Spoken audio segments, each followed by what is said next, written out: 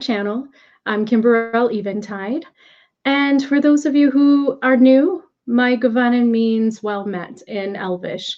My channel is based on applying the way of the Tolkien Elves from Lord of the Rings and applying their wisdom and their ways of life into your own. And so that's basically what my channel is about how to use the Tolkien Elves as a kind of a reference point for the way that many people are looking to live their lives and also are looking for a way out of their own states of suffering. And it is very empowering once you apply the Elven ways. On that same note, I have discovered a great connection between the Greek philosophy of Stoicism and the Elves of Tolkien. And I was trying to think for myself, I'm like, well, where would that connection come from? I have a theory that Tolkien, in his studying of the language of Greek language and Welsh and Finnish, when he was studying Greek language, he also went to, Oxford University. So he probably studied also philosophy and ethics. And so I believe that he studied Greek philosophy and ethics and moral law. And he wrote the elves as a character that would embody the traits of Stoicism. And I'm going to go through it. This is part one, that is going to be an introduction to Stoicism as how it would relate to the Tolkien elves. And then part two will be 11 different Stoic laws that you can apply in your own life. And hopefully one day they will even be part of the Elven spirituality path, because philosophy is also a sense of spirituality, especially for those that do not believe in a higher God or higher power. Philosophy is a way of life that can enrich your life. It can lead to spiritual development. And that's why a lot of people have focused on philosophy and ethics and moral law for a very long time. So I believe that J.R.R. Tolkien was actually trying to bring Stoicism back. And there's a revival of it in today's world, because the reason why I'm making this video today is, well, my own personal story with Greek philosophy. So I have always loved Socrates, and I always really appreciated the Socratic type of approach to education. And as a teacher, I even wanted to teach like Socrates, although in the government-led kind of educational system that we have today, it's not really a Socratic environment. So my visions and my dreams were to teach like Socrates and kind of bring back the ancient Greek way of teaching.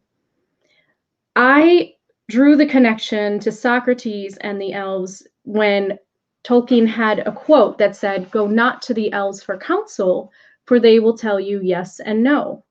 So the elves in Lord of the Rings were the counselors, they were the guides, because Gandalf had Frodo and the Fellowship go see the elves for guidance and advice.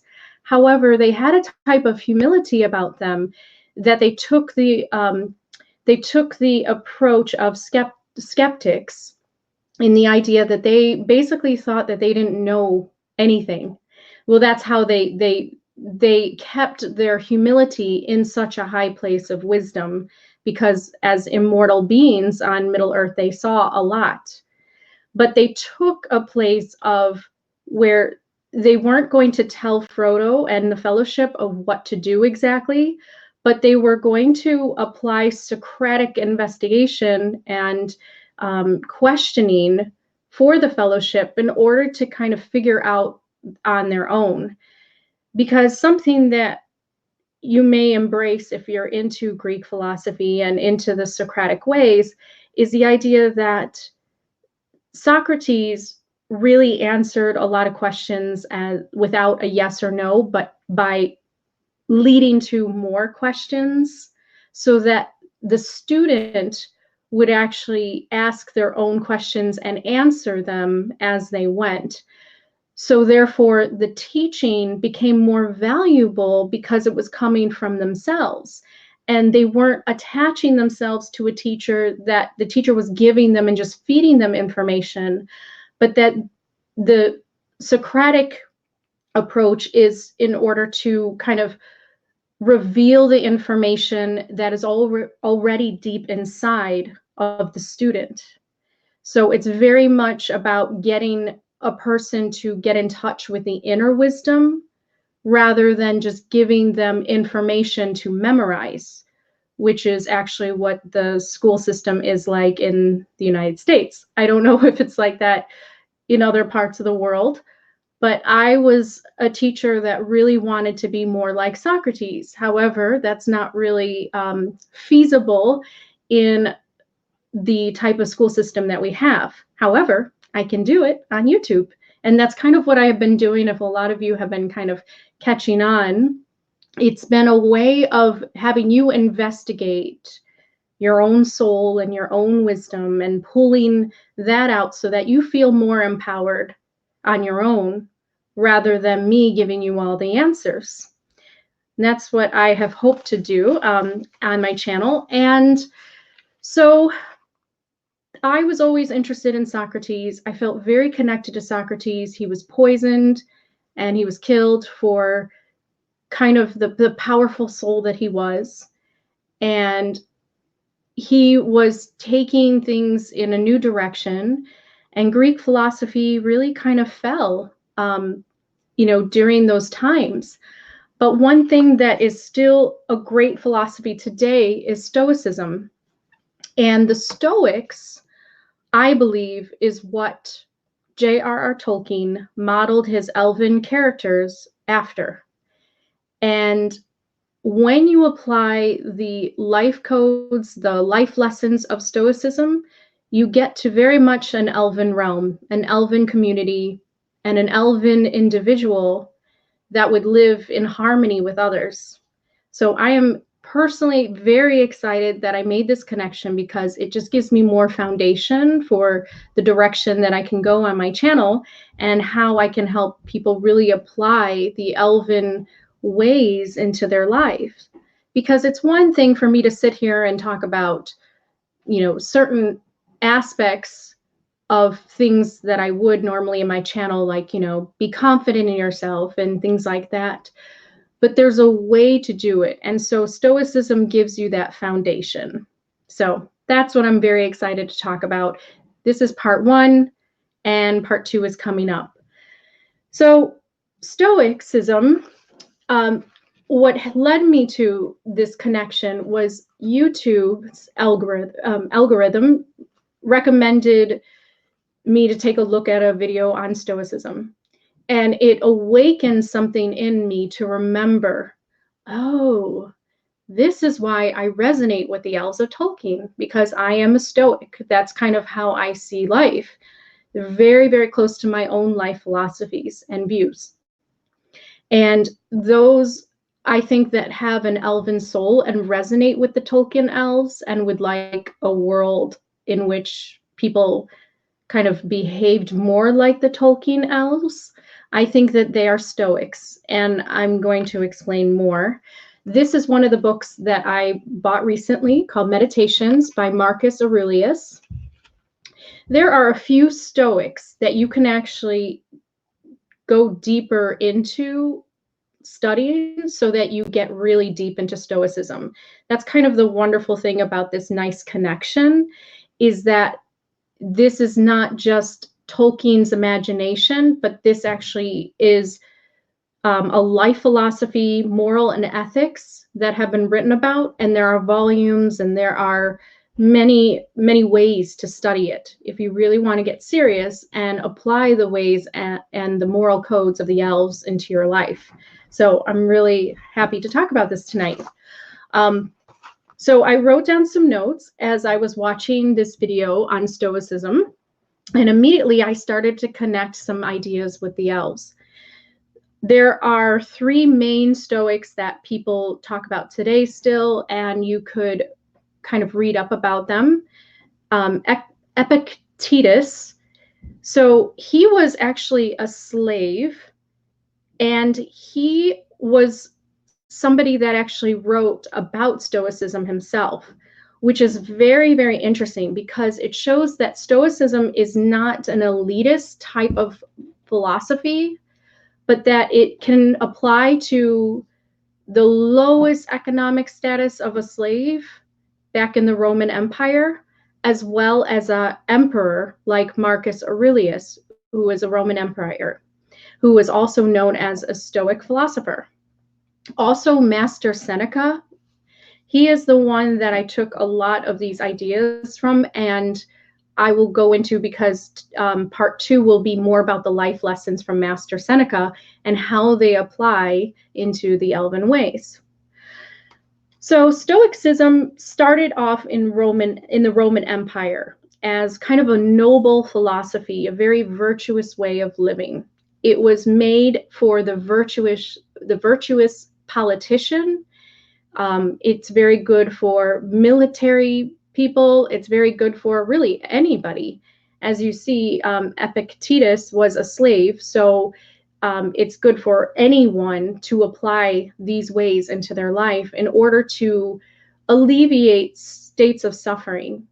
And these have very powerful ways of doing that. And this is how the elves live their immortal lives on Arda in the way that they did, in a state of less suffering as they possibly could and enjoying their time on Arda. So this is the main thing. Stoicism is kind of known as the wise man or the sage man type of philosophy. And the reason is because it's the idea that the wisest man on earth fears nothing, not death nor pain, but only not living up to their moral standards of their own selves. And I could see that the elves applied that because they were immortal beings. So they didn't really fear death. They didn't fear the type of things that people might be anxious about as humans. And so what elves would probably fear was the idea of not living up to their own integrity and dignity that they set for themselves. And that would be probably the worst thing that they could do. And if you live in that way, you will always make sure that you take the high road and you make the right choices in your life because you're keeping that in mind. That's the only thing that you should fear. The idea of Stoicism is that we should take life seriously without fear of death, pain, of poverty, of the human condition. And we should live our life according to nature. Stoics also lived very close in connection to nature, and we will get that both in nature of the natural nature of mankind as well as with nature. A lot of times they had a lot of parallels to nature, like be like a tree, or, be as still as, be still waters as a lake, unbothered. So there's a lot of these connections to nature that really helped the Stoics, because what they were known for is going out into the marketplace. This is how Stoicism came about. But they would actually go out into the marketplace like Buddha did, and they would actually go around seeking for ways to help their fellow mankind alleviate their suffering. And they would do it by basically asking questions and observing human nature and seeing what people were looking for in life and what would make them happiest. So this is where Stoicism came about, with two ideas: that humans are highly social animals, or that they are at least highly social beings that seek a community, And that solitude is something that we can do. We can live in our solitude, but we seek out connection with one another. And then the other second idea is that humans are capable of reason, able to live up to moral standards of the highest potential. So everything that you think inside of you, as far as your standards, your expectations for yourself, the Stoics believed that you absolutely could reach those standards, that there was nothing holding you back except for fear itself. And I believe that. Two pillars of Stoicism is that the cardinal virtues are, one, practical wisdom, knowledge that is good, but also is beneficial, because you can have knowledge that's just like trivia, and you can have a lot of knowledge, but what was beneficial for the elves with their sense of knowledge, like Elrond was known for being one of the wisest elves in Rivendell. He carried all the scrolls and the books and all the records of the elvish days in the Hall of Fire. And so that type of knowledge was important to keep. It was important to know because it would help with the future. And so that was his idea, was that it was practical wisdom. It wasn't just having knowledge about everything, but it was knowledge that you must know in order to be beneficial for your spiritual development or your spiritual growth. The other cardinal virtue of Stoicism is courage, moral courage, or courage of the spirit. Now, you also see this in the hobbits, but as Tolkien said, and the elves remarked, it's very unusual for hobbits to show that level of courage. But Frodo was a little bit different. Bilbo was a little bit different. And they stood out against the others of the Shire. But courage is something that's recognized very, I think, very strongly by the elves.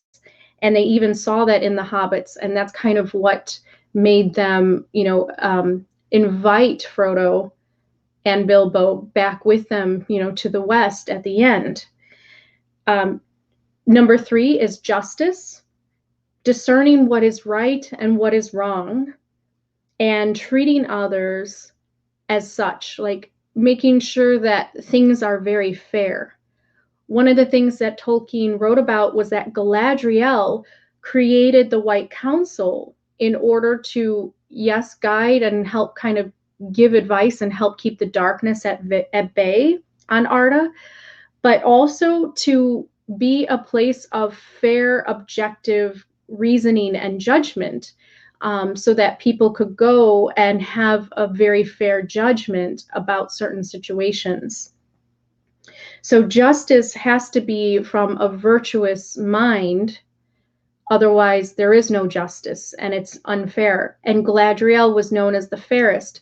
And several times, Tolkien said that she was known as the fairest of her leaders, or of her elven peers, because she was kind of seen as like a leader in the Lothlorien realm. And so she was known to be very fair and not judgmental, but she would judge fairly according to what was right, what was morally right from a very objective point of view. And so that was Galadriel's, I think where she stood out was that she was one of the fairest in many ways.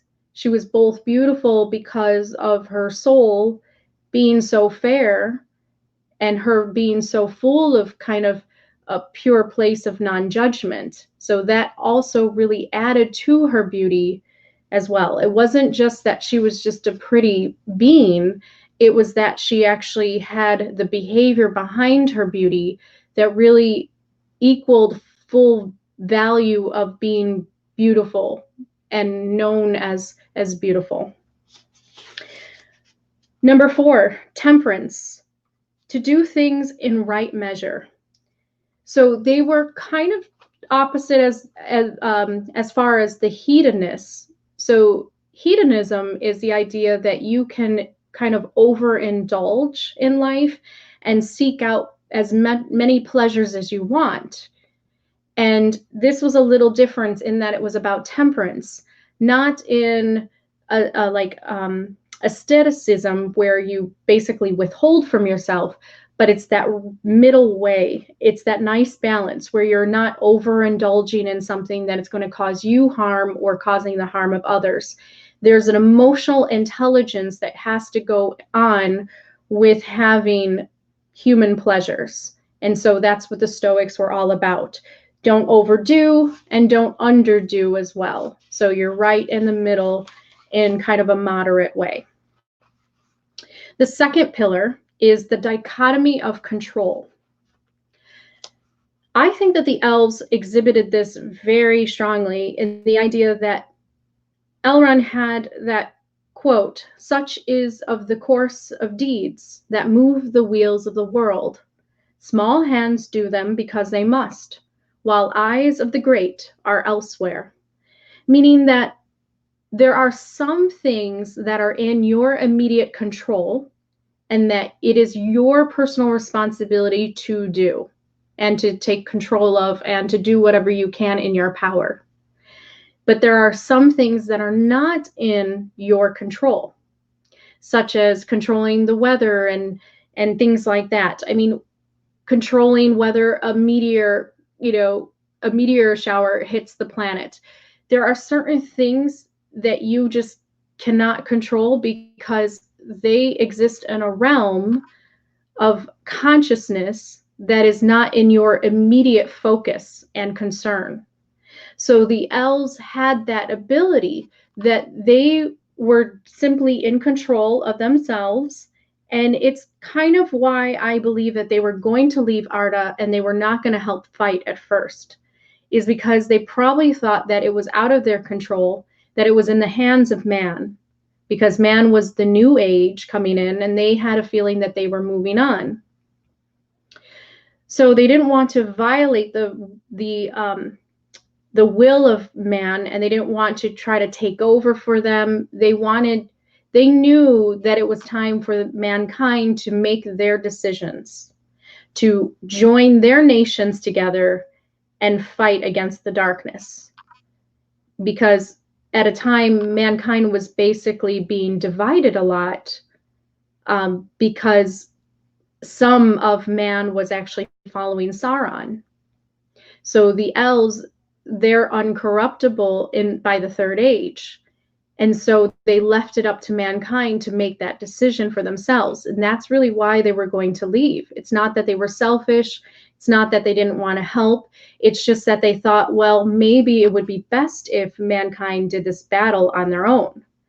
However, there was something that hit Elrond, and the elves decided to stay because technically it was still in their power to help Arda. They were still guardians. They still have not sailed west yet, so they stayed and they did what they could.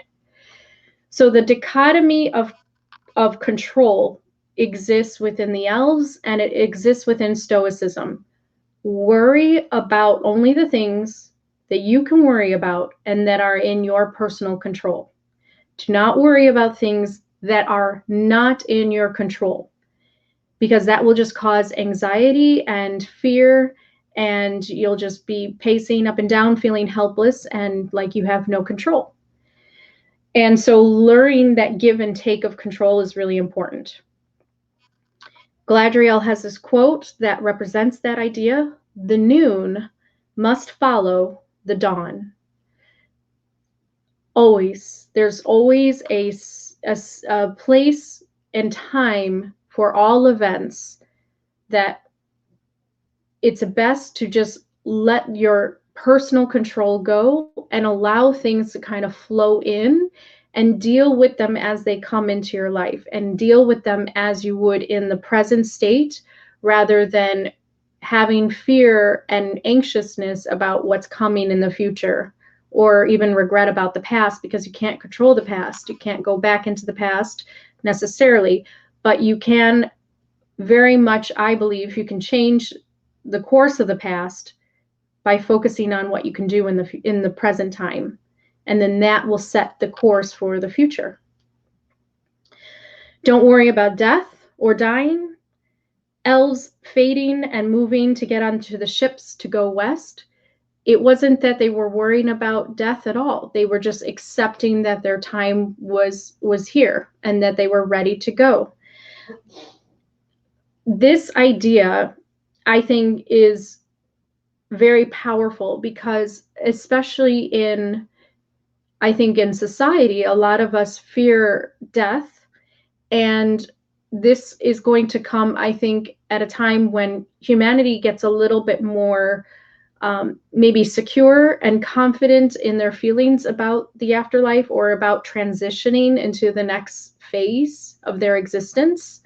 So with that, I believe that there will be less anxiousness and less fear around death itself, like the elves had. And I do have hopes. I see it already kind of happening on Earth. I see that that people are starting to embrace more kind of the reincarnation idea and the idea that consciousness is immortal and will go on.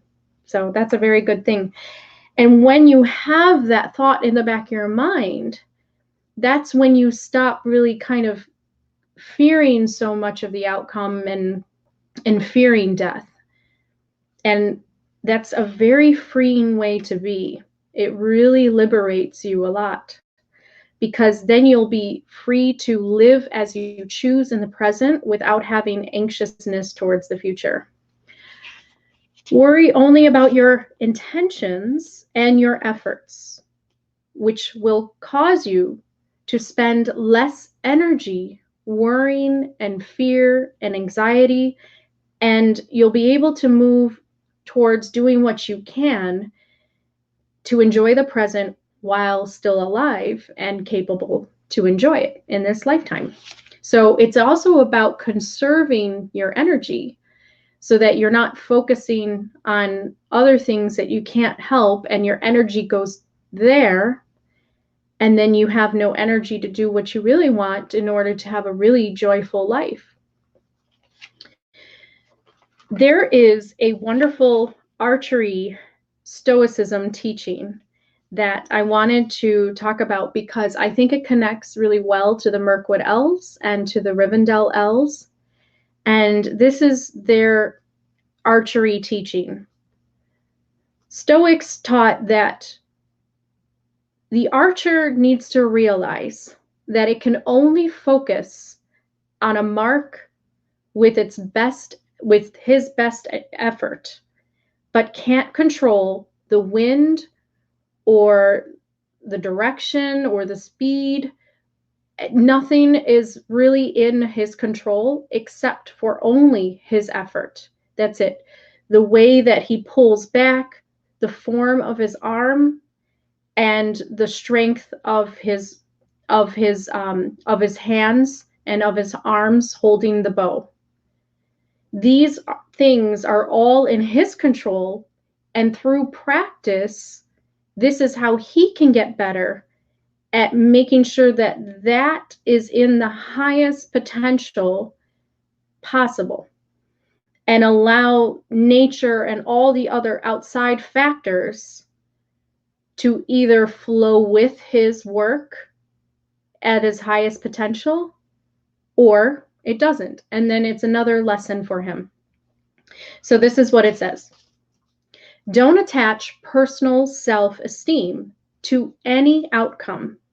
So if an archer misses the bullseye, the archer should not think all of a sudden, oh, I'm a terrible archer. I should just put away the bow and I shouldn't even try. No, that's not how the Mirkwood army acted. They simply would just keep going, keep practicing, keep getting better and better. They would use the opportunity of missing the target as an opportunity for growth and an opportunity to practice more and get better. And so that perception would allow them eventually to perfect their archery skills. And I believe that's why the elves were so amazing at archery. Yes, it was a fantasy character in a way, and Tolkien was kind of writing that they had a bit of magic behind them. But also I think it was about such a extreme strong focus on just putting their best effort towards hitting that mark. And that's how Legolas was such an amazing archer, and he was able to kill all those orcs, is because his intention, his heart, his soul was on driving those arrows into those orcs to stop the dark army from spreading, and doing whatever he could to the highest potential that was in his control. So it says here, don't attach personal self-esteem to any outcome. If you make the bullseye or target, great. Then that's great. That means that you've done a great job, but you shouldn't stop there. That it's not that you're finished. Now you have to keep on improving, or you have to keep on practicing what you have already done. And if you don't make the mark, there is always another day to practice and increase the odds later. But still, don't attach yourself to any outcome. So the Stoics actually started to get a reputation, and there's a slang kind of term that people use, like, oh, you're such a Stoic. And that idea is basically somebody who's unemotional, but it's not about being unemotional. You're not a robot as a Stoic. You're detached from the outcomes. You can be a happy person whether you get something that you wanted or whether you don't. It's a beautiful way of kind of living in a state of kind of inner peace and calmness, so that your personal worth and your self-esteem is not attached to that job you did not get, but you just take it as a opportunity to learn from. If you did not get that job, well, maybe you're fit for a better job. Maybe that was not a good job. Maybe you dodged a bullet. Perhaps that company would have been a terrible company to work for. Who knows? But that's kind of how you change your perception into one of the Stoics. So it's not about not having emotions. It's just about not being bothered and affected by outcomes either way. You can show great enthusiasm and joy and happiness, but you don't let that enthusiasm and happiness and joy kind of be taken away if you don't get what you want in that very moment. But you see it as an opportunity for perhaps just to work a little bit harder, and perhaps something else is on the other side.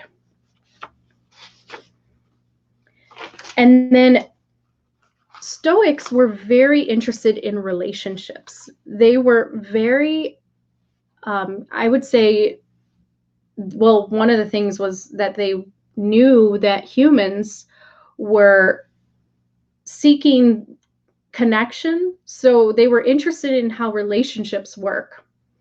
And one thing that the Stoics wrote about relationships that I think that the elves, well, there's a few things here, but there's a beautiful way of being in a relationship as a Stoic, and I think it correlates to the elves. Don't attach your self-worth or your self-esteem to the outcome of a person loving you or not. That is huge, because how many people in today's world, I mean, you see it so much, and I even went through it as well. And I think that it's a way of being when you're kind of in an unconscious state and you just let your emotions be on overdrive and you let your emotions control you. And when you let your emotions control you, if a person doesn't love you and they reject you, they don't want to be in a relationship with you, what do your emotions do?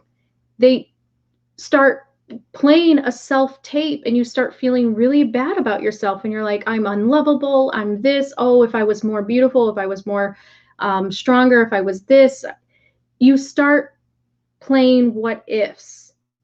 And the Stoic realizes that if a person is going to love you, that is not dependent on the type of person you are. but it's dependent on the chemistry and the connection that you share. And so your self-esteem and your self-worth should not be part of that relationship. That if that relationship ends, your self-esteem and self-worth should not go bye-bye with the relationship either, which is what happens. This is a really sad realization. Many people, when relationships end, they let a little bit of a piece of their self-esteem go with that person, especially if that relationship ends in a really bad way. And so the Stoics have a way of allowing themselves to not be affected by the outcome of the relationship and enjoying their time with the person, or going through their emotional ups and downs with that person, but not letting it actually be a mark of who they are as a person. And I thought that that was so important. You can only control being there for them and being affectionate and being yourself and giving all that you can with your heart and your soul and your mind and your time and your effort and your energy. But you cannot force love. You cannot force anyone to love you. And if that is not the person for you, then all that you have given is not less valuable because that other person does not want it.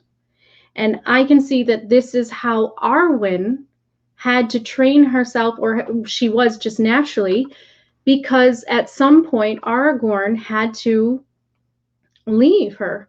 And there was a point in which she thought that she was going to, separate from him, and that he didn't choose to stay with her.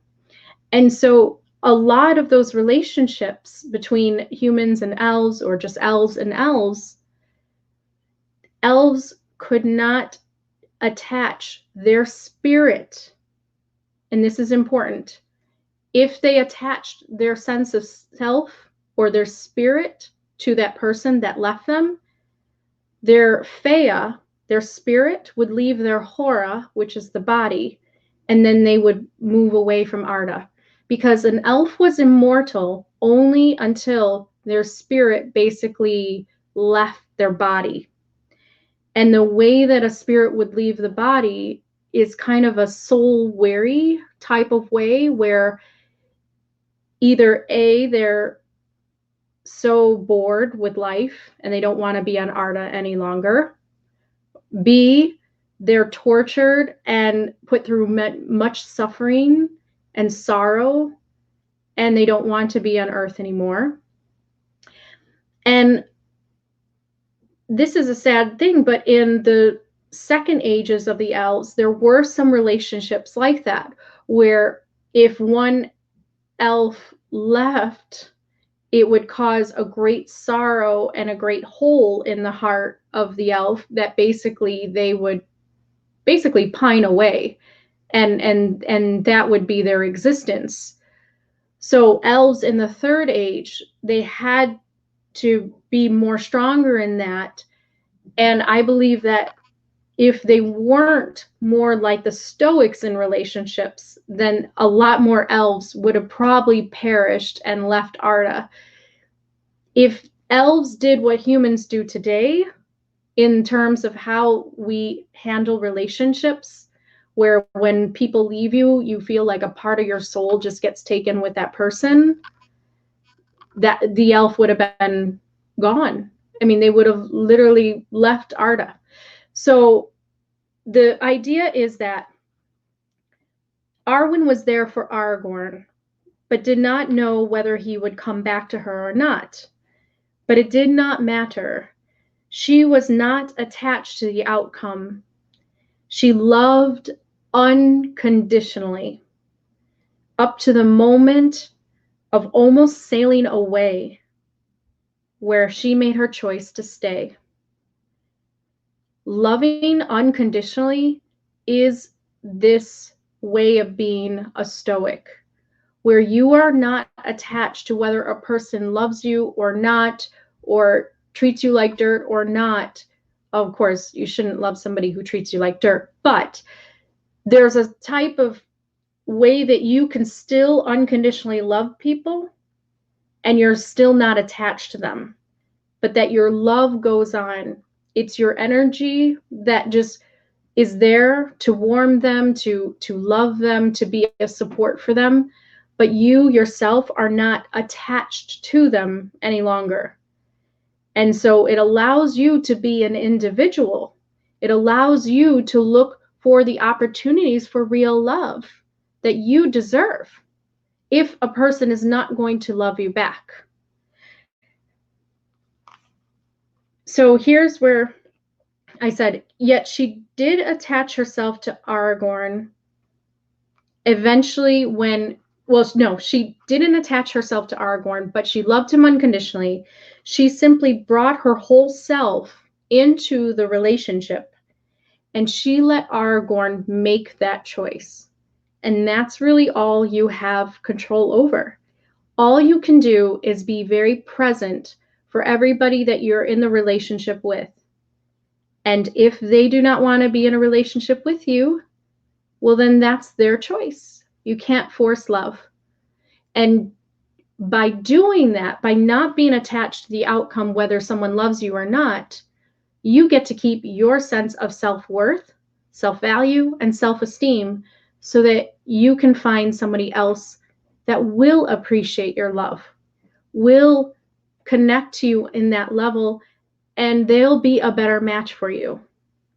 And so I believe that the elves,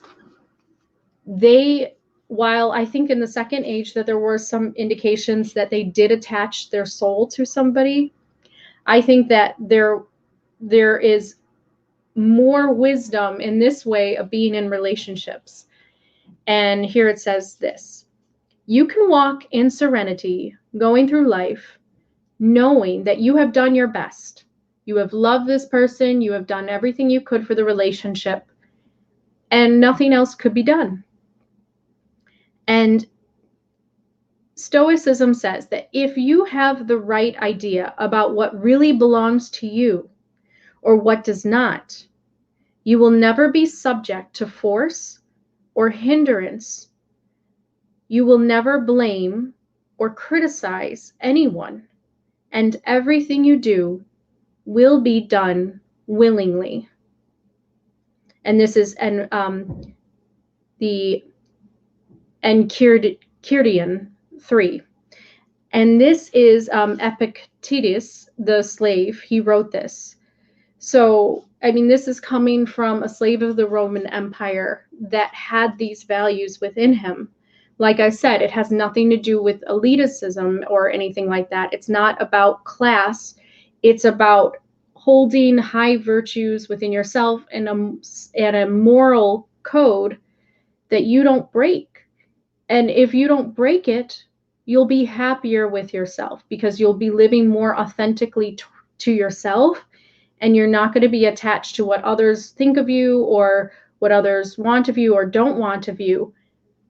If you can look in the mirror and if you can love yourself because you're happy with who you are every day by the life philosophies that you apply, then you will live very much like the high elves did, in that state of being such a sovereign being that they are completely independent and really didn't follow anyone, in the state that they knew best.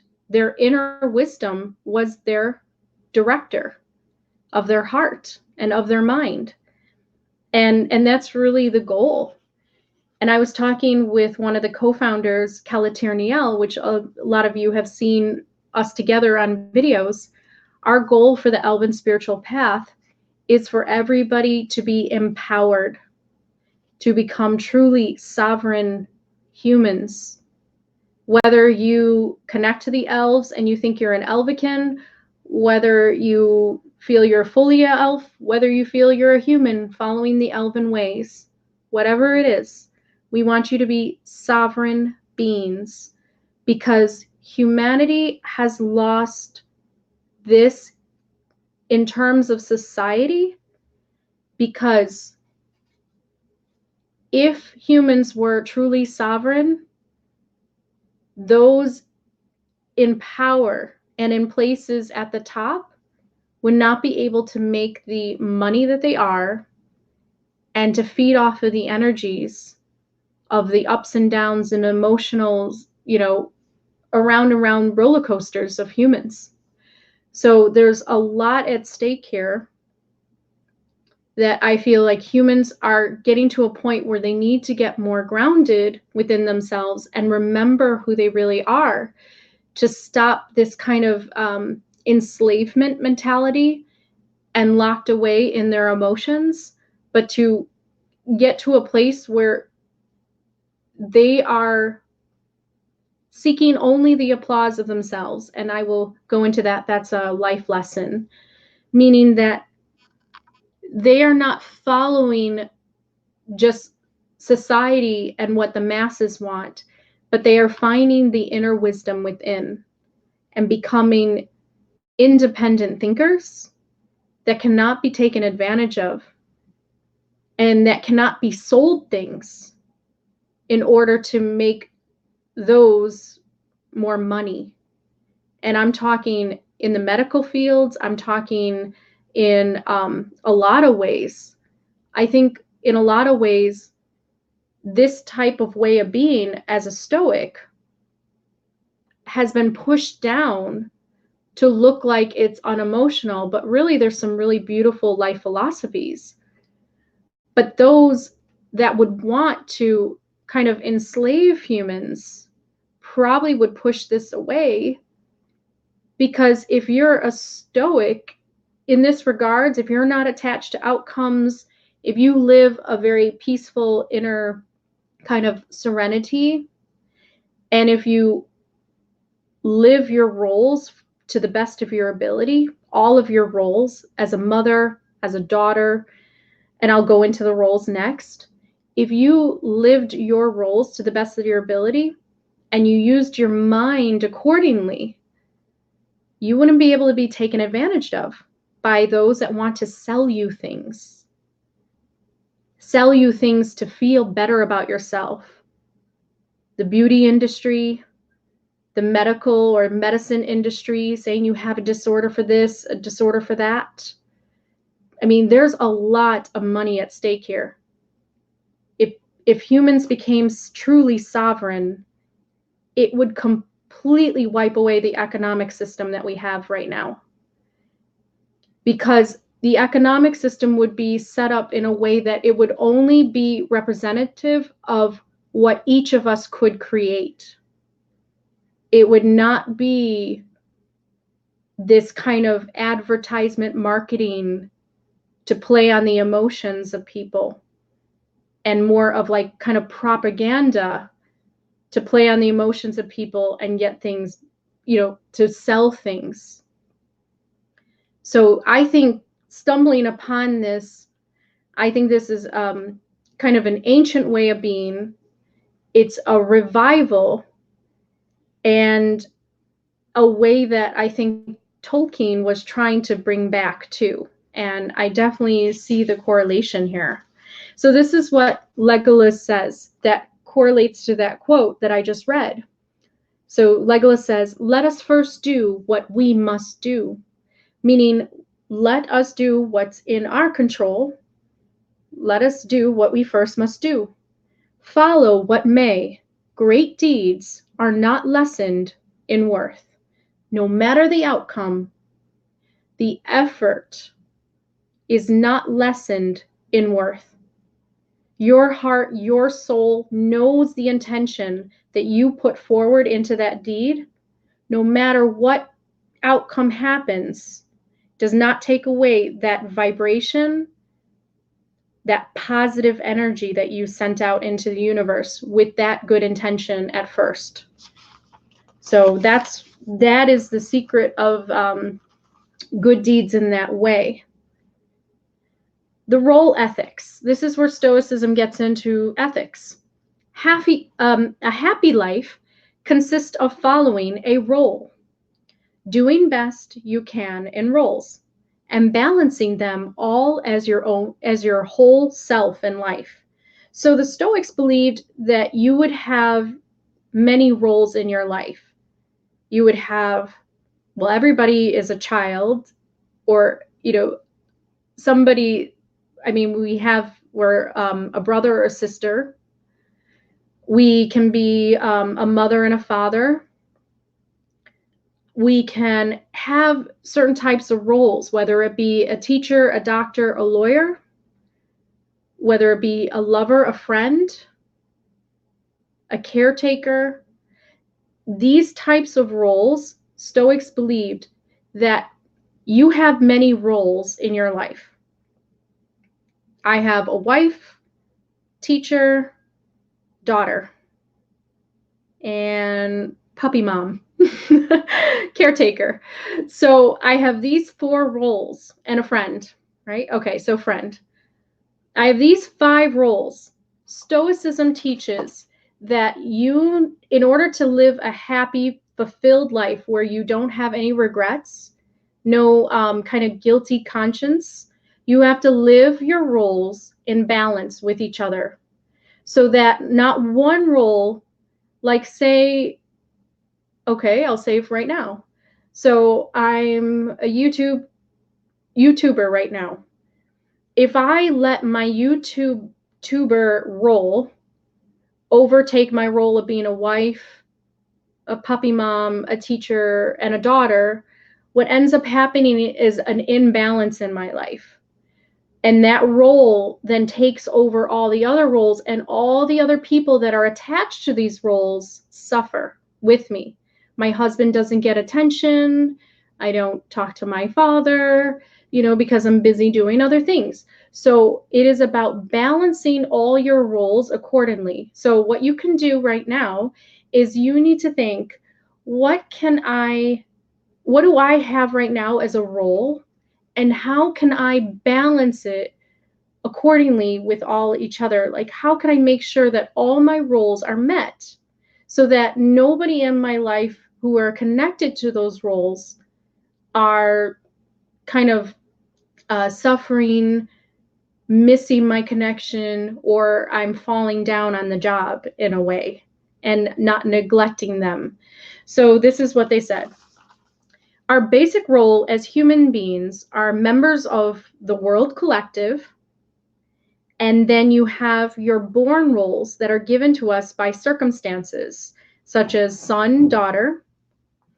And then you have your roles that we choose for ourselves, such as jobs, being mother or a father, being, a lawyer or a doctor, a judge, these types of career roles. So you have 3 types of identification of roles: global citizen or world citizen, and then you have we're all sons and daughters of parents, and then we have the ones that we have that we choose for ourselves later on. Okay, and so they say Stoics learn how to balance all those roles accordingly, and then that leads to less enemies that are connected to those roles, less drama that are connected to all those roles. And it's also a way of making sure that you don't have a guilty conscience. Harmony laws of the elves. So the elves were known as the beings of harmony. Tolkien wanted to make sure that in the Silmarillion, that we understood where the elves were born from. They were born from the music of Eru Luvatar that were harmonic. They were the harmony sounds. They were not discord like Melkor created. Discord is when the notes they don't make sense. They clash and they sound terrible, or one note is overpowering the others in a chord, and then all you hear is just screeching of that one note. Harmony is balancing all the parts together and fitting together nicely and sounding really beautiful together. So the elves were harmonic beings in that idea that they balanced all their roles accordingly and made sure that not one part stuck out over the rest and tried to be like a tyrant or a dictator overall. When a person becomes a dictator or a tyrant or controller or a cult leader or just somebody who's like an emotional abuser in your life, what they are doing is they are increasing their parts. So like Melkor did, he increased his part as an Ainur, and that caused the discord with the other Ainur. So that's what happens is a tyrant and a dictator, somebody who wants to control other beings, they are increasing their part so that there's no other parts or that they control all the other beings around them. And so that is somebody who is not living in alignment to Stoicism based on the laws of harmony and the role of ethics, or the role ethics, they call it. So the first question I always ask is this good for humanity or my community? Within every role that you do, within every action that you do, you should ask, is this good for humanity?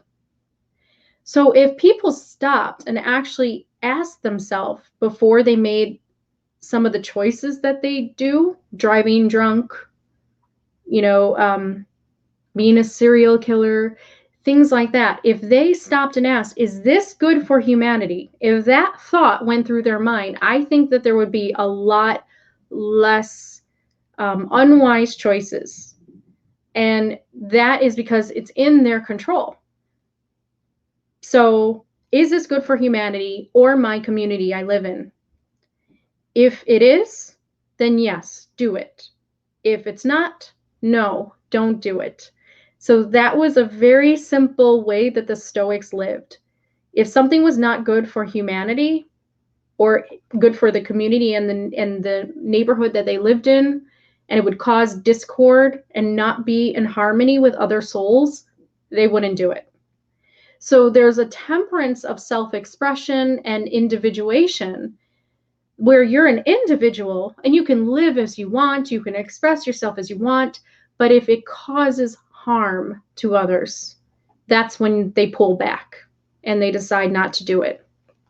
And I thought that that's exactly how the elves would live. In their elven realms, they would have to in order to get along and live in the realms that they did.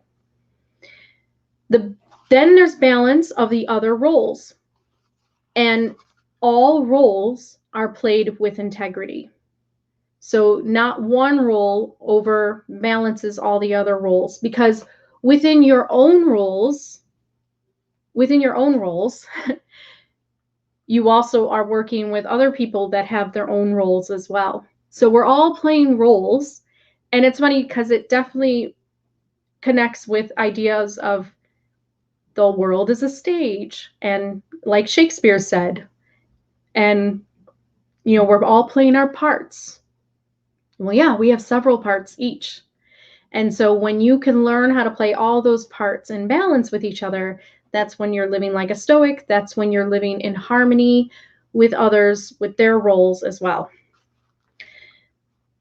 You know your worth, and if you don't, that is your new goal, to discover it through honest contemplation. Do not compromise yourself. And this is where integrity comes in.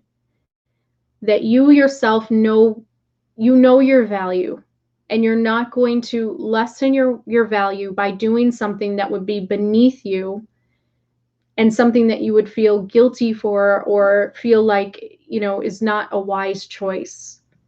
It's about learning to live and love the person that you are, being able to look at yourself every day and be proud of who you have become.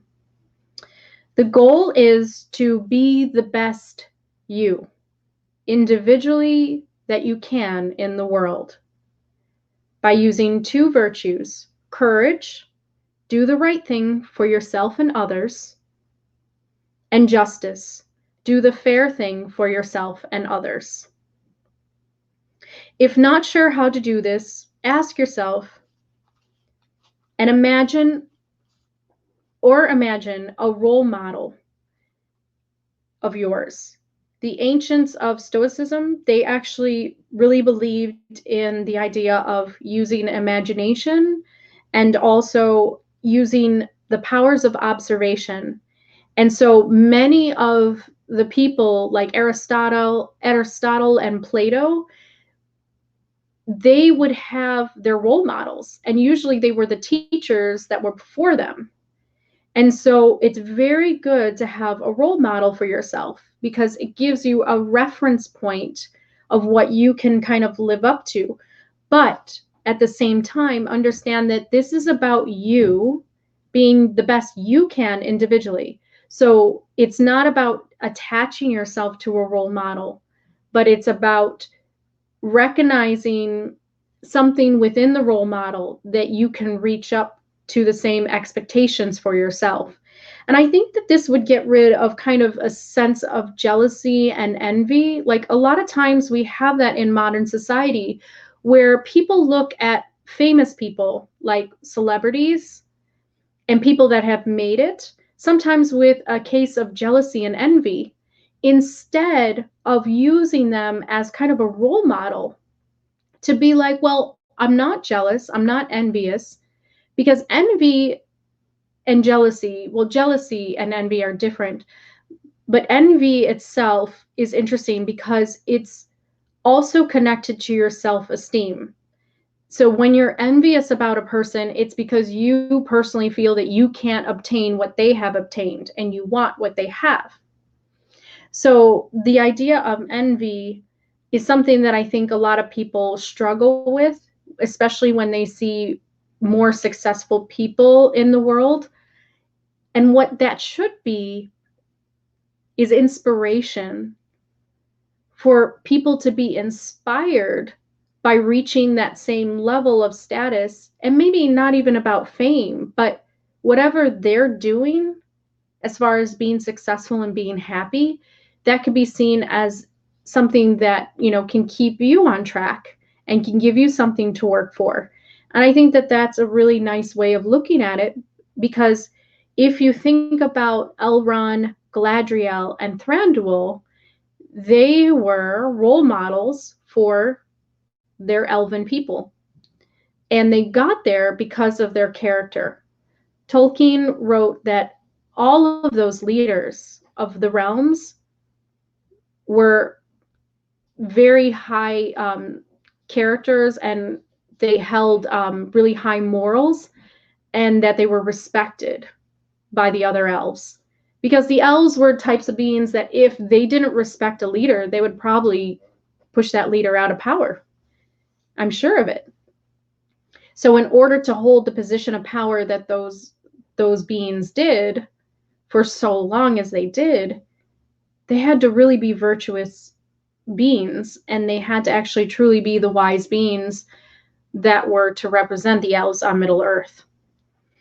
So they were the role models. And so if you need help in figuring out, where you want to go, then don't be ashamed of using a role model, because the ancient Greek philosophers, they did. They looked at teachers and they looked at each other as role models. And I thought that was beautiful, because it was not a way of feeling jealousy or envy, which is sometimes what happens, but it was a way of kind of sharing in the experience and knowing that their time will come too. And that is really powerful, because it's better on the self-esteem and the sense of self-worth within the individual, because they're not looking at these other people saying, oh, I'll never be like them. No, that's not the point of their existence. They are a mirror to you to show you what you can be like and what level you can achieve. I believe this, and I think the Greek philosophers believe this too, that if you can imagine something, if you can believe in something within yourself, you can achieve it. That thought exists within your mind because it's there as a seed to grow, for you to cultivate, for it to germinate and bloom and blossom. That thought is not there to torture you. Okay, it comes from a place of the higher self. It's not a thought that just enters your mind just to torture you. That would be chaos in the universe. There would be no reason. But because this is a rational universe, that thought exists for you to be inspired, to be a flame that ignites something inside of you and your spirit.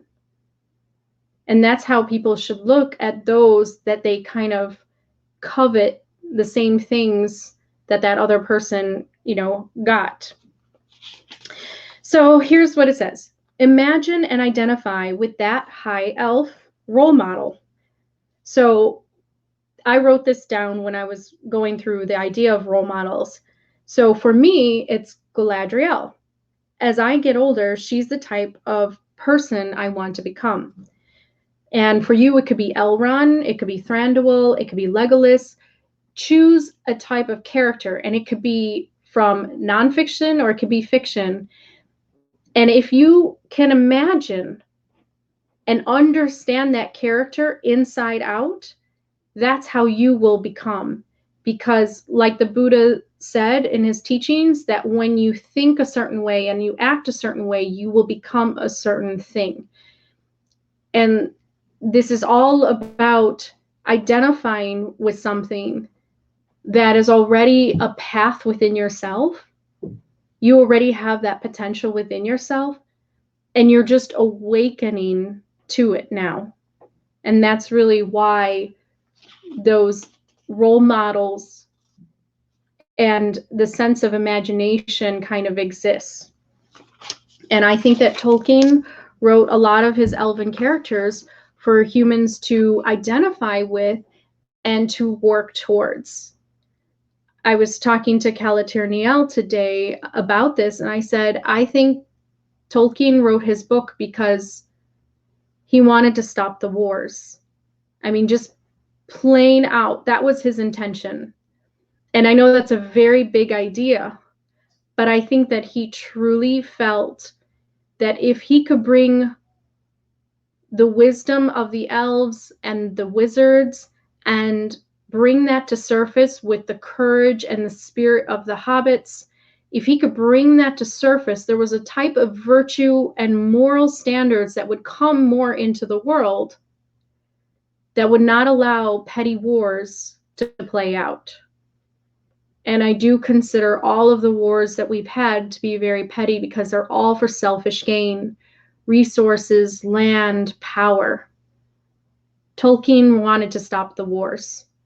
I'm totally convinced. And although he knew he wasn't going to be the single man who would do it, I think he knew that if he planted the seed, that it would ensure that humanity would grow up and would evolve and reach a higher state of consciousness that would not allow these wars to exist in the future. That's truly what I believe. One of the things about Stoics is that they're fearless, and we know that the elves are kind of fearless. You see it in the movies, you see it in the books. They fear only what endangers their own sense of morality and dignity. That if he should let himself and others down and not meet moral obligations, that would be the worst fear to have.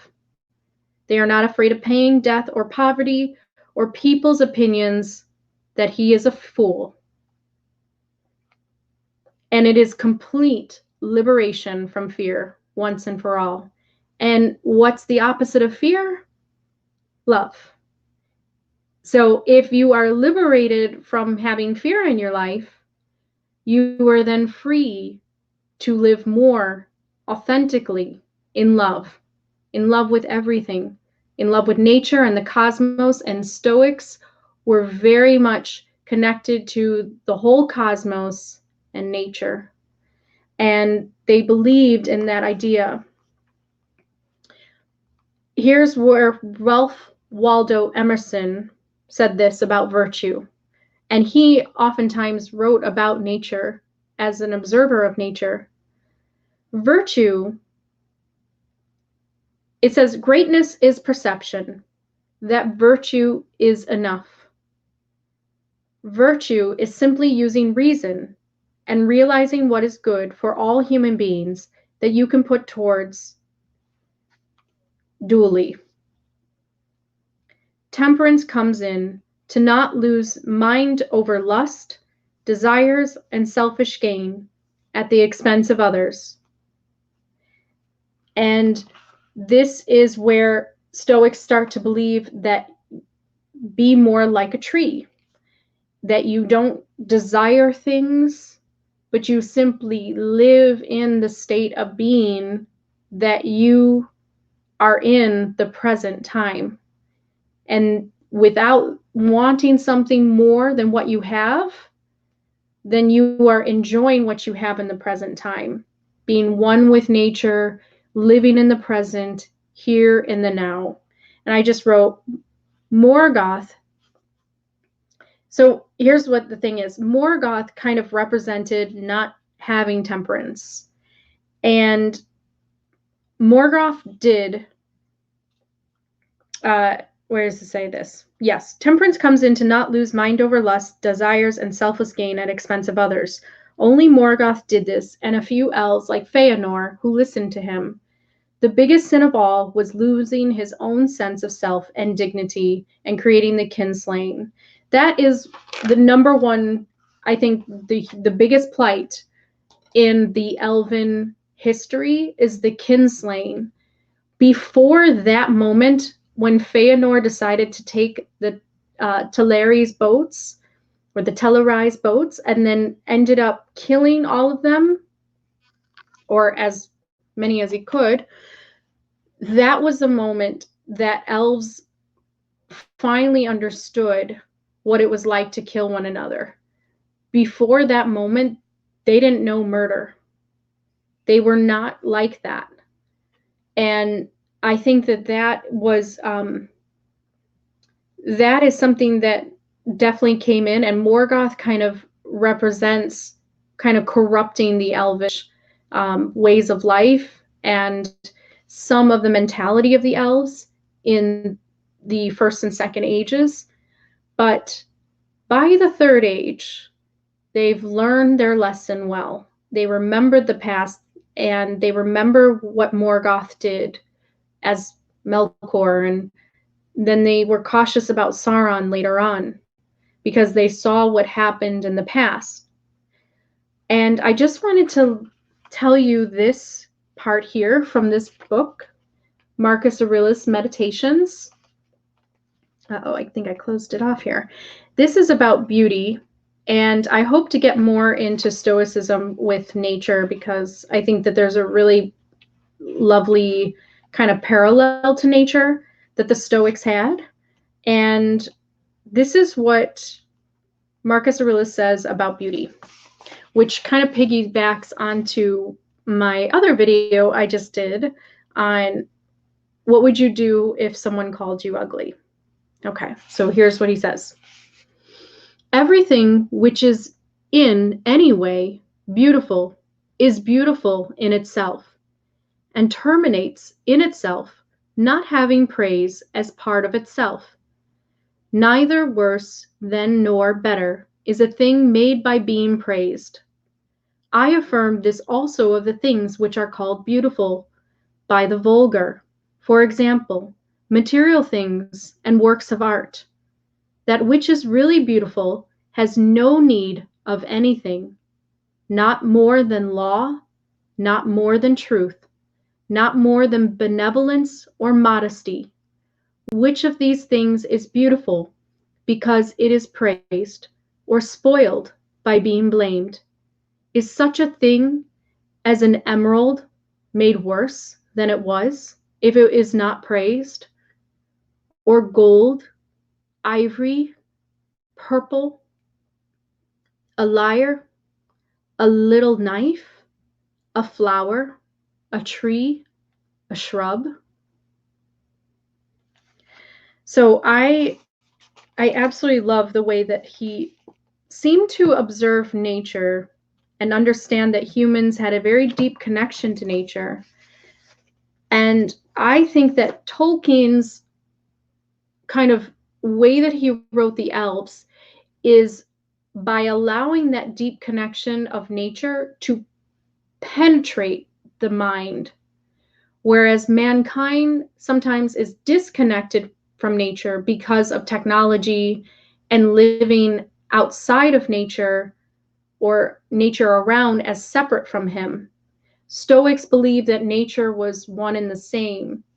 And when I get more into part 2, we'll get more into the life lessons of Stoicism versus talking about nature. So I think that was it for part 1. So I hope you enjoyed that. And what I think that this is a valuable kind of revelation for myself is to know that if we want to apply the way of the High Elves or of Mirkwood Elves as well, if we want to apply the way of the elves as Tolkien's story, then we can easily do so when we follow some of these codes of life and morals and ethics that the ancient Greeks came up with. And I won't say, I have a feeling that the Greeks were not the first to think this way, that this way of life and way of living is something very ancient, even before the ancient Greeks. But the ancient Greeks, with their higher society in terms of academia and writing things down and writing all these books and putting together, because they were trying to build kind of an educational system. They were really kind of the first educational systems that we think of in terms of colleges and universities. I believe that what they did was they took ancient knowledge and they found a way to actually write it down and to build volumes of ethics and codes that have been part of ancient tribal communities, even the way that they would live with one another, close to nature, with ethics and morals, integrity and dignity. And there's something that has happened to the modern man, which I can't blame completely technology, but definitely something happened when technology came in and maybe the industrialization of everything, is that there was a disconnect from nature, but also a disconnect from one another. And so bringing back Stoicism actually brings back being in control of yourself, but also being very empathic and living for others. And we'll get more into that part 2, which I'll probably do tomorrow since this is all nice and fresh. So yes, I believe the ancient Greeks definitely were a model for the elves of Tolkien. And it makes sense because Tolkien really enjoyed studying the Greek language.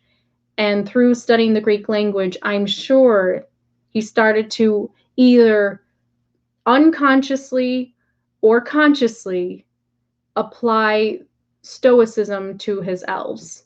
So I hope you enjoyed this and you can do your own studying on Stoicism. There's lots out there.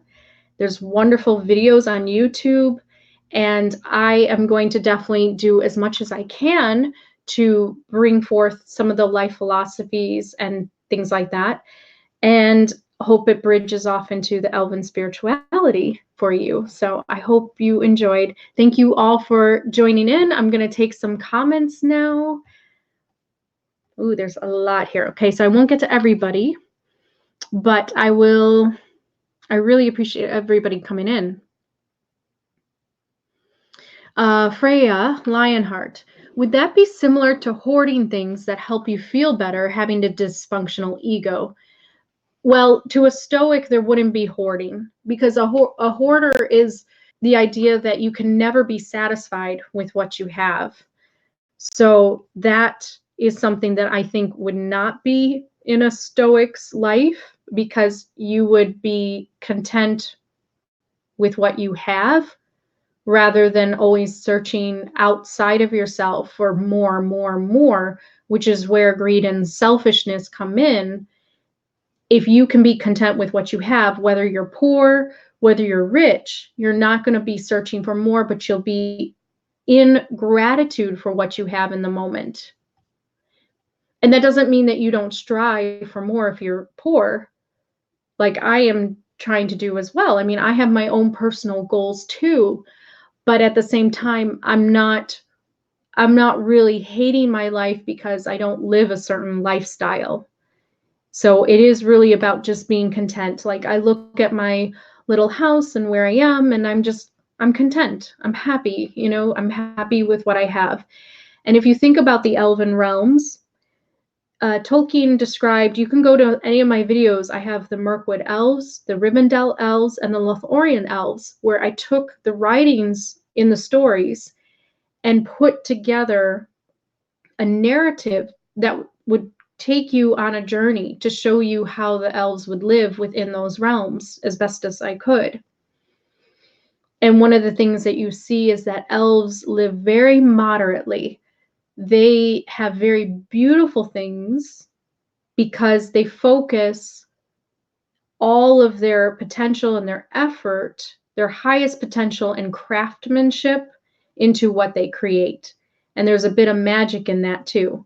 So they are content with having little but beautiful things and not really seeking for more and more like the dwarves did. So yeah, hoarding. Okay, so Morwen. I'm a little confused about how Arwen and Aragorn got together because I read the elves immediately know when they've met their soulmate, their partner for life. How did Arwen know now ahead of time? Yes, I mean the thing is Arwen, well, that's the thing. There's a sense of humility with the elves where they don't know everything. And the reason is because the elves say several times that the future is not always written in stone. And I think that that's a powerful indication of the universe, like that there's always a surprise. There's potential for surprise and miracles, that you don't know everything, because if you know everything, then there would be no point in really living. So there's a type of humility that comes with the elves, also with having their psychic abilities and looking into the future. They can predict things, but they also understand that there's also things that are not in control.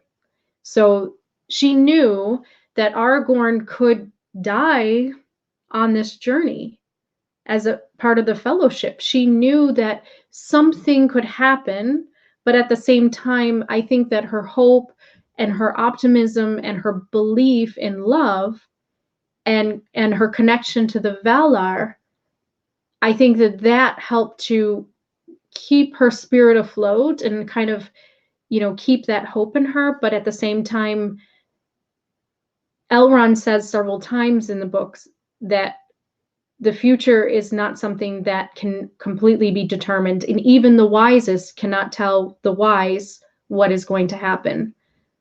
And I think that that's really important, because if you knew everything, well then, I mean, what's the point in living? Okay. I had such a worry. I want to live elsewhere but feel attached to my relatives. Yeah, no, Stoicism is not about being detached. It's about being detached to the outcomes. You are not attached to if your relative, wants to live close to you or not. You love them in the moment that they're in your life. You do everything you can in your power to be a wonderful relative, but you're not attached to them emotionally. And the idea that if they leave you, you don't lose a sense of self-worth or your self-esteem. It's a big difference. It's not about you're not a robot. You're not detached emotionally. You can show your love, you can show all those things, but it's about having your self-esteem and your self-worth not being attached to it as well, to relationships.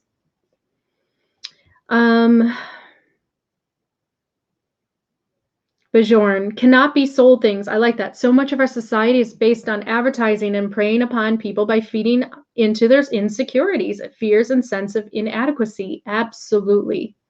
Absolutely. If people were truly empowered, they would not sell as much as they are able to sell. And I speak from past experience, being somebody that used to kind of fall into advertisement as well. You think you have every disorder, you think you have every ailment, you think you have every ugliness that needs to be corrected through cosmetics and cosmetic surgery. I mean, think about all the things that they sell you based on self-improvement. But it's free to improve yourself by studying philosophy, expanding the mind daily, and personal deep contemplation through meditation. Those things are free.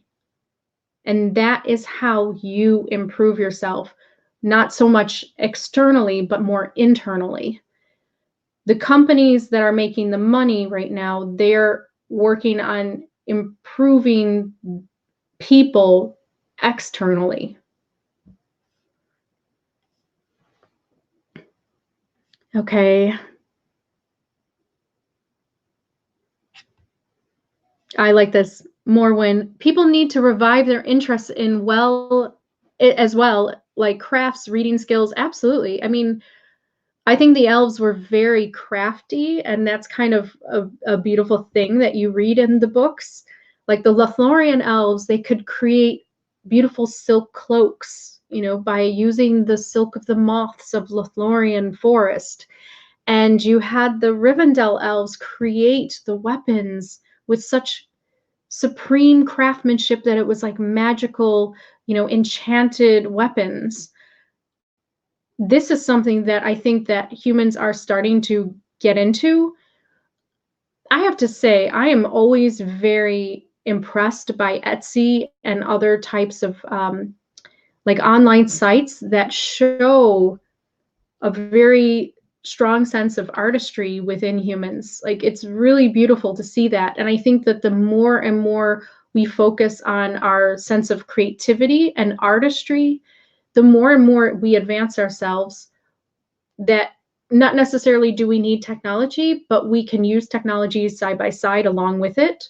But technology itself does not have to be the key to advancement of human consciousness, but it's actually human consciousness can advance, I think, very naturally and organically through practice and expansion of the mind through getting involved with crafts and creativity.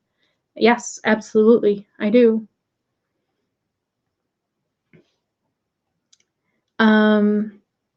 Garbage picker, are you interested in breeding with humans and making half elves?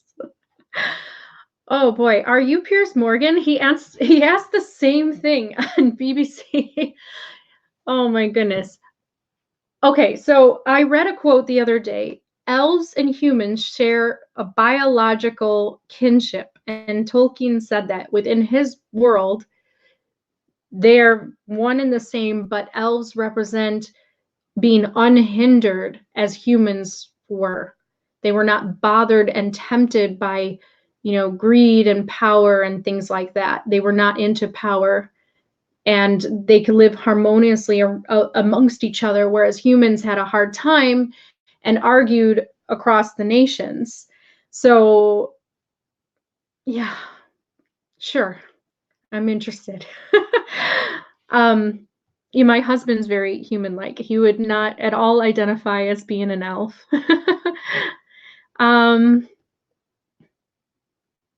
Okay, let's go here. We cannot hide the primal nature of ourselves. It's interesting that you jumped onto this video because Stoics believe that you can overcome your animalistic desires.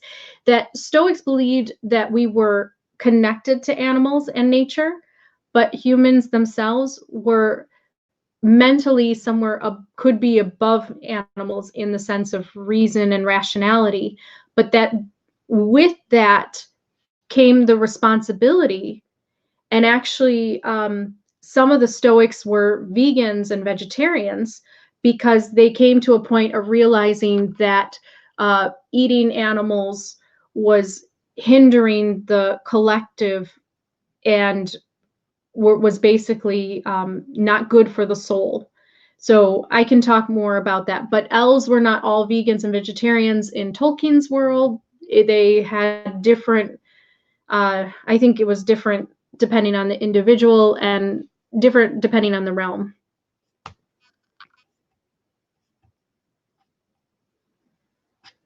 Okay, I'm passing here. Morwin, since Stoicism is about being a good person, I've been thinking about the obvious traits, kindness, love, wisdom, but I also think being a hard worker is essential. What do you think? Well, I hope I answered that with the role ethics, that you are to be a hard worker. Absolutely. Stoics believed that you had to work hard at all your roles equally and in balance of one another. Hello, can you show us what's on the notepad? I'm just reading it. That's it. It's just, I'm just writing down everything that I took notes of. Because I'm an intuitive introvert, so a lot of times my deepest thoughts are hard to express if I don't have kind of a set list and kind of an outline. So this is hard for me to sometimes be a YouTuber, and that idea is that a lot of my deepest ideas and thoughts and intuitive insights, they will come out very jumbled if I don't write them down first. So that's what's on my notepad. Are elves good-natured at heart? Well, I think yes. Tolkien had a quote that said that some of the elves were terrible like kings, and the idea of terrible like great, like he had the old English word like terrible, great power, like kings, or splendid like kings. But then other elves were as merry as children. So I think that answers your question.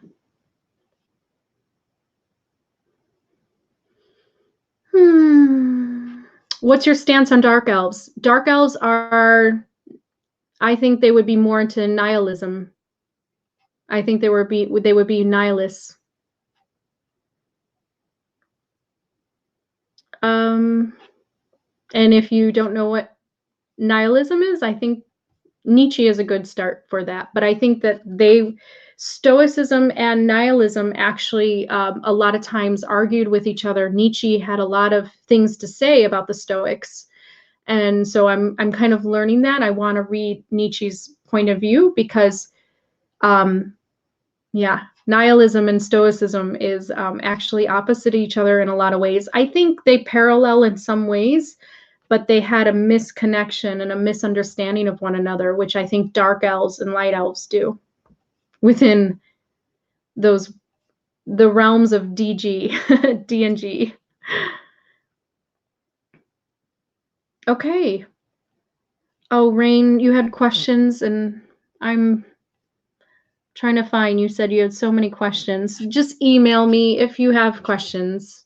Find my email in the About section, and I will try my best.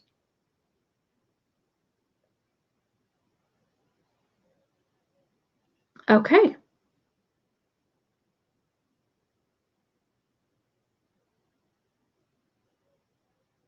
Kimberell, as a person who has a harshly critical internal voice, what do you think is the key to finding self-acceptance? What do the elves do in moments of extreme self-doubt? Well, I think that the Stoics had that philosophy down. If you live daily, and this is what I do, and I have learned how to let go of extreme expectations of myself and just know that every day I wake up, I do the best I can. I do the best I can for humanity, for myself, and for my loved ones around me. And by doing that, I can look in the mirror every day and say, I had a good day. I did the best I could. And I feel like that has has basically helped me in self-acceptance, because I was always critical of myself as a perfectionist, and I always tried to do things that I had imagined and had a vision of that I have not yet attained.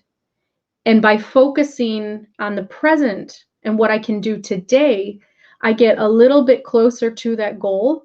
But if I don't hit that goal, I'm not exactly mad at myself, because maybe that goal has changed. Because on the road to working towards self-acceptance, sometimes those goals, those higher goals, change. And that's what I have found. So I hope that that answered your question. Just do the best you can daily for humanity, yourself, and those around you. Okay. There's so many. I'm confused, Claire. Okay, Claire. I'm confused. You said elves no longer part of Arda. They fall in love, stay with their human lover in Middle Earth. What about us that still has fairy elven soul on Earth? Is there a difference here? Oh, Claire, well, I'm just talking about the elves of Tolkien and how to apply their way of life through studying Stoicism. But you, I mean, you're here in 2019, so you know your elven soul. And I believe that those that resonate with the elves are Stoics or close to it. And so this is a way to kind of help you identify more with why you think differently, or why your perception is a little bit different than maybe some of the modern society perceptions, because this is kind of an ancient way of being. And whatever it is, we came in with the vibration as kind of aligning to the Stoicism of the elves of Tolkien. But the thing is, there's many different elves and fairies. This is just one type of elf that I'm talking about in terms of the one that Tolkien wrote as the modern elf. So you just have to see if this is something that relates to you. This is what relates to Tolkien's elves and why they lived the way that they did with their sense of integrity and dignity. But if you have a different type of elf fairy soul, then it's about you finding what works for you, and thinking on your own as an individual, which is what Stoicism really teaches. So I'm not talking necessarily about present day elves, but rather Tolkien elves and how present day souls today can apply the same philosophies to align themselves more to the Tolkien elves, if that makes sense. I have a question. Morwin says, if all living things are of value, how do we draw the line between eating animals and eating plants, which may be considered as important because they're not sentient? Okay, I'll read this part because this is the next thing that he talks about. So Marcus Aurelius says this: if souls continue to exist, how does the air contain them from eternity? But how does the earth contain the bodies of those who have been buried from time so remote? For as here, the mutation of these bodies after a certain continuance, whatever it may be, and their dissolution make room for other dead bodies, so the souls which are removed into the air after subsisting for some time are transmuted and diffused, and assume a fiery nature by being received into the seminal intelligence of the universe, and in this way make room for the fresh souls which come to dwell there. And this is the answer which a man might give on the hypothesis of souls continuing to exist. But we must not only think of the number of bodies which are thus buried, but also of the number of animals which are daily eaten by us and the other animals, for what a number is consumed, and thus in a manner buried in the bodies of those who feed on them. And nevertheless, this earth receives them by reason of the changes of these bodies into blood, and the transformations into the aerial or the fiery element. Some deep stuff. So the idea that what we eat, so modern society, it's not so much that it's wrong to eat animals, but it's the idea that the modern way of eating animals has become a disconnect and an ungratefulness of the animal soul that they're taking from. Because of the way that animals die now in factories and they have terrible lives, this can be applied to the idea that it's no longer like a buffalo roaming free as the Native Americans did, and they would take only one buffalo and they would live on that buffalo and they would eat everything of that buffalo and they would honor and cherish that buffalo and they would show gratitude and they almost worshiped the buffalo. They did. They believed in a spirit in the buffalo that was giving to them sustenance. The modern man does not do that with their food. So I think Marcus Aurelius was seeing that animals are part of the cosmos and of this intelligence in the universe. They are part of that. We are not separate from that, from animals.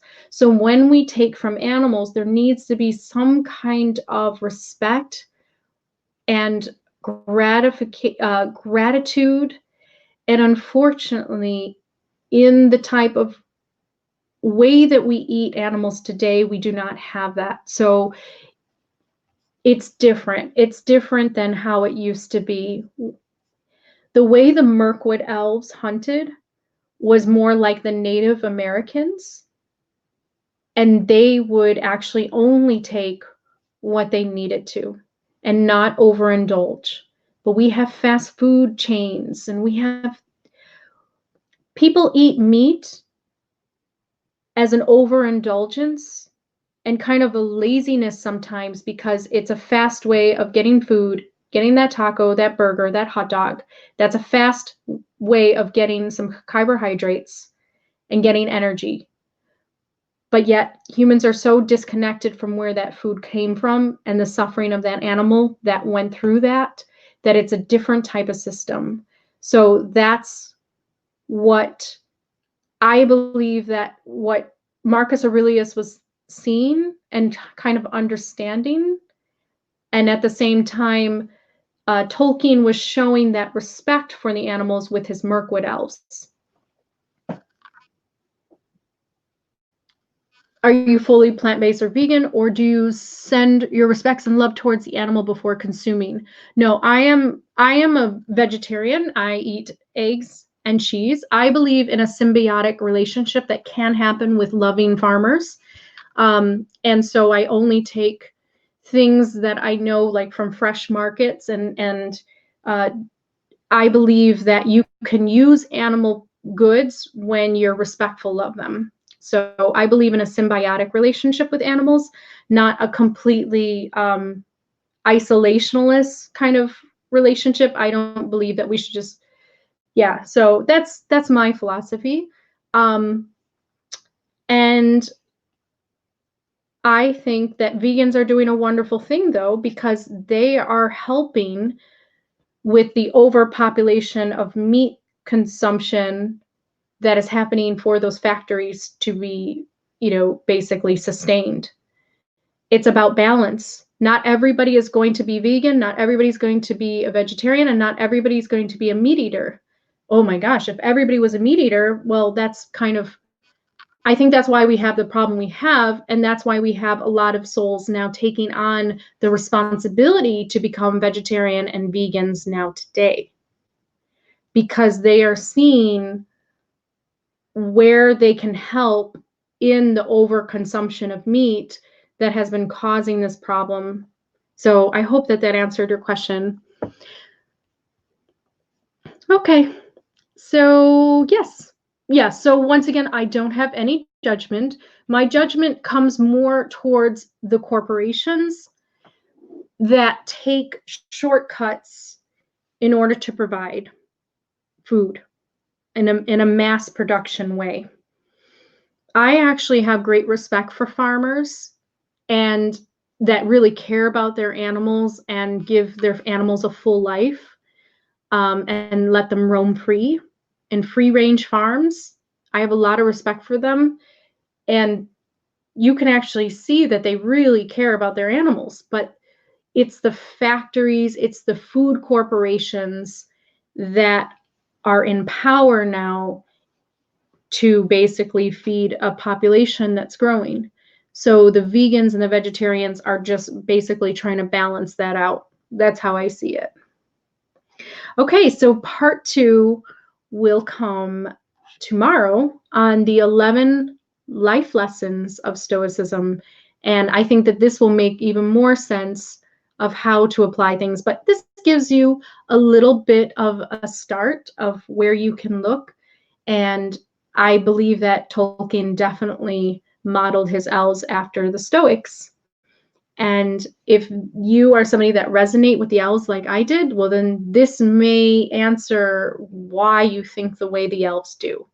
That these kinds of life philosophies, living in harmony, but as a sovereign being, is something that I think a lot of people would like to live as and would aspire to. And I believe that it has a lot of answers for modern suffering in the world today. And it's all about empowering the individual while also living in a community full of other souls and living harmoniously with one another in a wise way where you can have many different opinions, many different perspectives, but you come to a realization that you can work together, you can keep building a civilization together. And I think that that's how the Elven realms have ran for all those years that they were on Arda. So I hope you all enjoyed that. Hanan lei for watching, which means thank you in Elvish, and I will see you all on the next video. Take care.